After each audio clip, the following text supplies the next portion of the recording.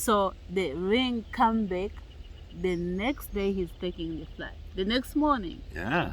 And that was a miracle. That box was beaten up. It looked like it had been pushed around, but it was there, and the ring was in there, and I wrote a little note. I wrote, "Will you marry me?"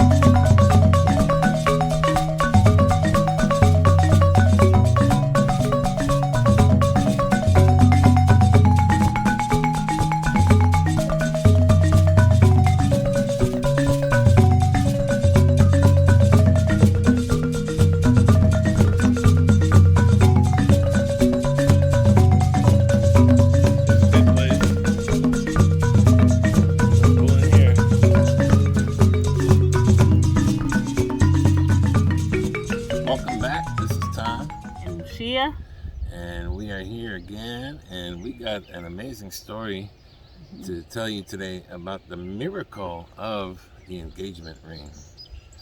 And this was, 15 years ago? 16. More than 15, yeah.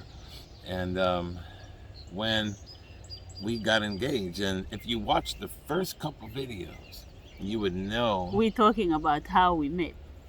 Exactly. How we met. Now, she was in Johannesburg, I was in South Chicago. Africa. So we were a long distance, talking on the computer, dial-up computer every day, 5 hours a day, 6 days a week. Guys, my hair's sticking out. Sorry about that. We're in the park. Fix it. Yeah, we're in the park, don't worry. Don't worry about my hair. So we are in a park, by the way. We're bike riding today. This is a beautiful park called Hidden Lakes around our area near Chicagoland, and we love it here. And so, sometimes we have videos from Africa. Live here, down here. My uncle, my mom brother used to live down here. And we are going back to Africa very soon. And so you'll see a lot more videos from there too. Long ago, when internet was very slow, we didn't, like we said in the other video, we didn't have any video to see each other. We just was typing. Yeah. We could see the picture that we posted, for the profile, but we were just typing back and forth. And we got to know each other like that. And then one day, like on the other video, we did go to where we had the webcam and we saw each other. But then we were getting in love deep, and we just, I made plans to go. I thought maybe she was going to be able to just come to the USA. Like, we didn't know nothing about immigration, nothing like that. So it turned out there's no way they're just going to let her get on a plane and come over to me because I loved her, And so doesn't work that way. So I knew I was gonna have to go, and I went and bought a diamond and gold engagement ring. Right here. Yeah. And I didn't tell her that I was doing this. I bought it, and I went. Back then I didn't know too much, and I shipped it off through the U.S. mail because they said they can deliver in Johannesburg, so I trusted them, and I sent it off. He just asked me the address. Yeah. Without telling me what he's sending, and I send the address. So, yeah, go ahead. So, maybe 3-4 weeks go by, and she didn't tell me she got nothing. I'm like, man, I thought she would have it, So after weeks went by, I began to wonder. So I ended up telling her, I'm like, you know what? I did something. I got to tell you. And he confessed. Yeah, I said, I sent the engagement ring that I bought you. Well, I didn't even tell her I bought one.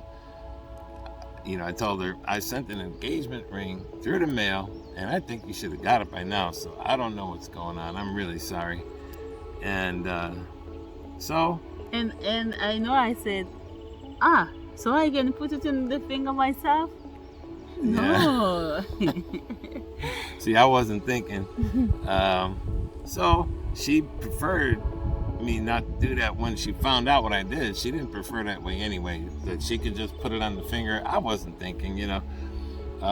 So he was blinded by love. Yeah. Now months went by. Now, she didn't get the ring. The post office couldn't tell me anything about it.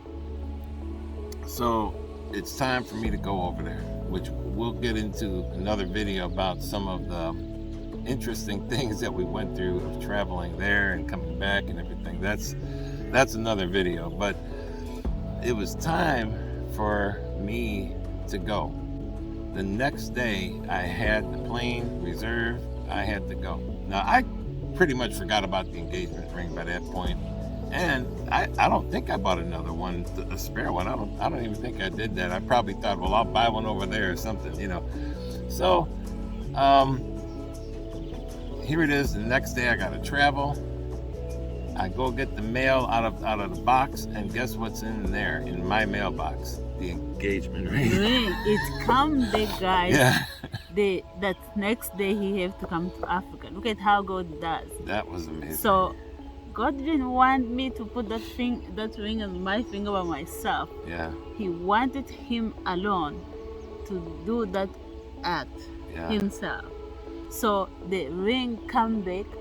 The next day he's taking the flight. The next morning. Yeah. And that was a miracle. That box was beaten up.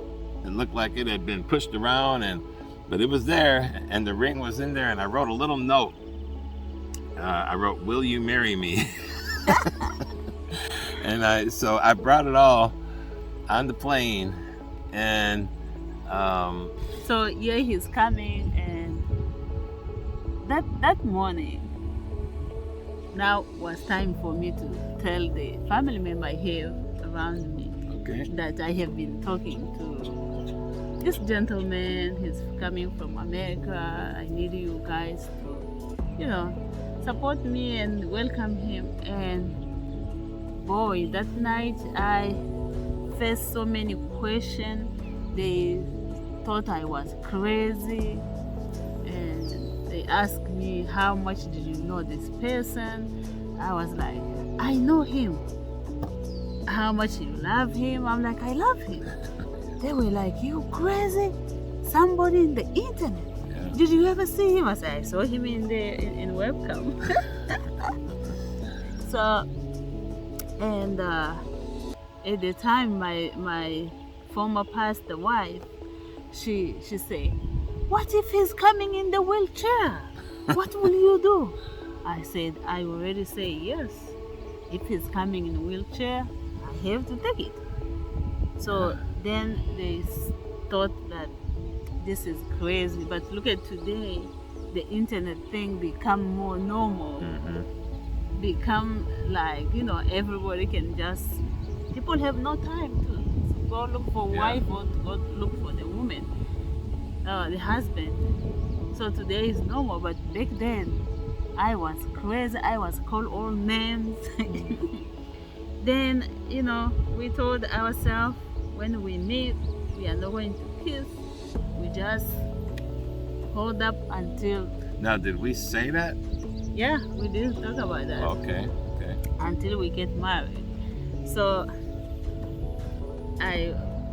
they support me. Even the pastor wife came with me.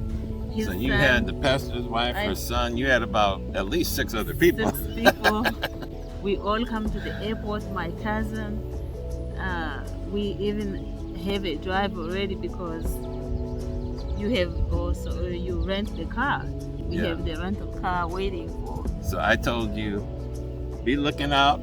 The flight lands around 9:30. I said, I got a blue shirt, blue jeans, blue shoes on, and blue eyes. And blue eyes. So I just happened to be dressed, I was looking at what I had on. I'm like, okay, everything's pretty much blue, blue colored gym shoes. And then I said, and blue eyes. So you were waiting there. And so we all standing there. I holding the paper, waiting for Thomas Lorek, Tom. And almost everybody come out the flight, but he's not there. Mm-hmm. I was like, he just lied to me, or what happened? But I know I spoke to him when he was walking to the flight. Yeah, that was amazing, because I think you called me right when I was boarding the plane. Yeah, I did. Yeah, so, it was hard for us to call each other in those days. The phones, they didn't have, like, you could call on the cell phone for free and stuff. And so she happened to call. She knew I was coming, but we didn't get a chance to talk too much in the last day or two. There's a lot of running around to do. And I said, okay, I'm boarding the plane right now. So I'll see you in a little while. So all of a sudden, in the last minute, here he is coming. Well, tell him about the different guy. You saw someone walking. Yeah. I was like, almost everybody is out. There's not much people coming. And all of a sudden I see this guy coming, where exactly blue. But he was not... He looked older, right, or something? No, he was skinny. Okay, too skinny. Yeah, and short. Then I'm like, no, the person of Tom, he's tall, he's big. So I'm like, maybe he's the one. I follow him. I'm like, hey, are you Thomas? and the man is like, no. Oh, I was like, oh God, I'm sorry. Guys, I tell you, all my friends, family I have, they were all looking at me like I'm just losing my mind. I'm like, no. So, in the last minute.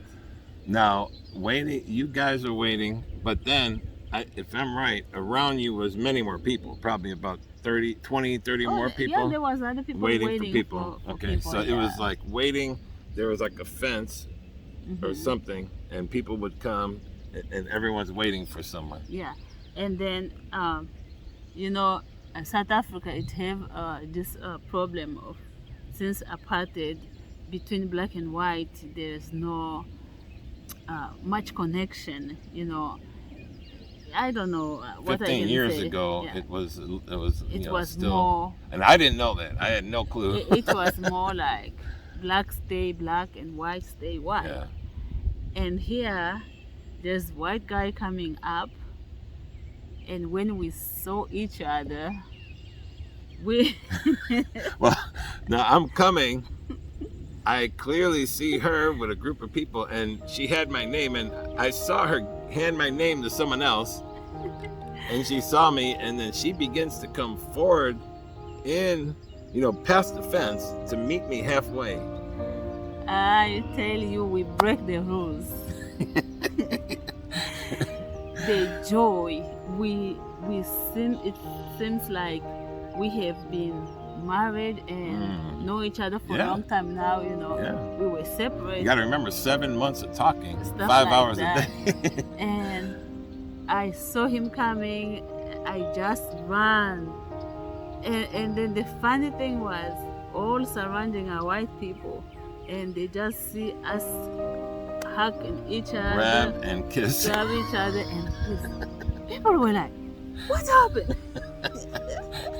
And your family and the church members, now they knew in their mind like something like that was not appropriate, but they couldn't help but to laugh about it later, because it seemed right, even though technically we weren't supposed to do that. Yeah, we broke the rules. Yeah, we were very happy, and when my family and friends see him, nobody couldn't resist to just go and hug him and just be happy around him. And my cousin went so crazy. Her husband was, he's a surgeon, he was working, and she picked up the phone, she said, "He's here, he's really a real person." Yeah. He's really American. Yeah. He's not a fake. He's here. He's a Christian. He's really born again. Yeah. So yeah. Then There was one guy. His name was Welcome. He was he was my friend and a friend. Fiance. Yeah, and he was there. Now everyone greeted me with big smiles, and they took my bags. And in a few moments, he said, "I'm welcome." And so I'm thinking, okay, he doesn't know how to speak English good. Like he's really trying to tell me, "You're welcome," you know. And he says, "I'm welcome," and I'm like, "Oh, okay," you know. And then he says, "I'm welcome," and then I'm like, "Okay," and he knew that I was not understanding. So he said, "No," he said, "My name is Welcome." I said, "Oh," I said, "Okay, welcome." So yeah, that was funny, but they were the most wonderful people. As skeptical as they were of us meeting on the internet, when they saw me in person and they saw us together, they all had nothing but good things to say. Like they were assured, okay, this looks like it could work, you know. All right. Oh wait, tell them Family. about the ring now. So Oh, yeah. then Then he missed his chance to right there to say, "Hey, you married me," but maybe he was shy. I didn't even think of it at that moment. We went in the car Yeah. and he presented the ring and he asked me. We already kissed. Then he asked me, "Will you marry me?" Yeah. And he put this there. In the backseat of the car, someone else was driving. So that was one of the first things I did. I pulled out that ring. The mystery ring. So Yeah. that's the story of the ring. Yeah. Stay tuned for the next. Next time, and we got some really incredible, like miracle stories. I mean, the way things worked out when we didn't know anything about immigration. You know, I'm the one that contacted her. She wasn't planning or trying to come to America, so she wasn't thinking about it, you know. But the way it worked out, you're going to be amazed. So stay tuned for more. Thanks for watching. Subscribe. Because I wasn't planning to go to America. Yeah. So he's supposed to come as that's how it's supposed to be. Yeah. You come to look your princess, your Yeah. queen. Yeah. So he did come to look for me. Yeah. So thank you so much, and let me show you a little bit around this place.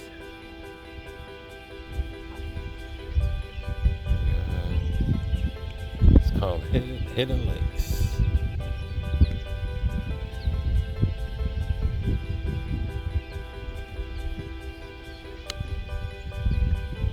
Okay, bye. Bye bye.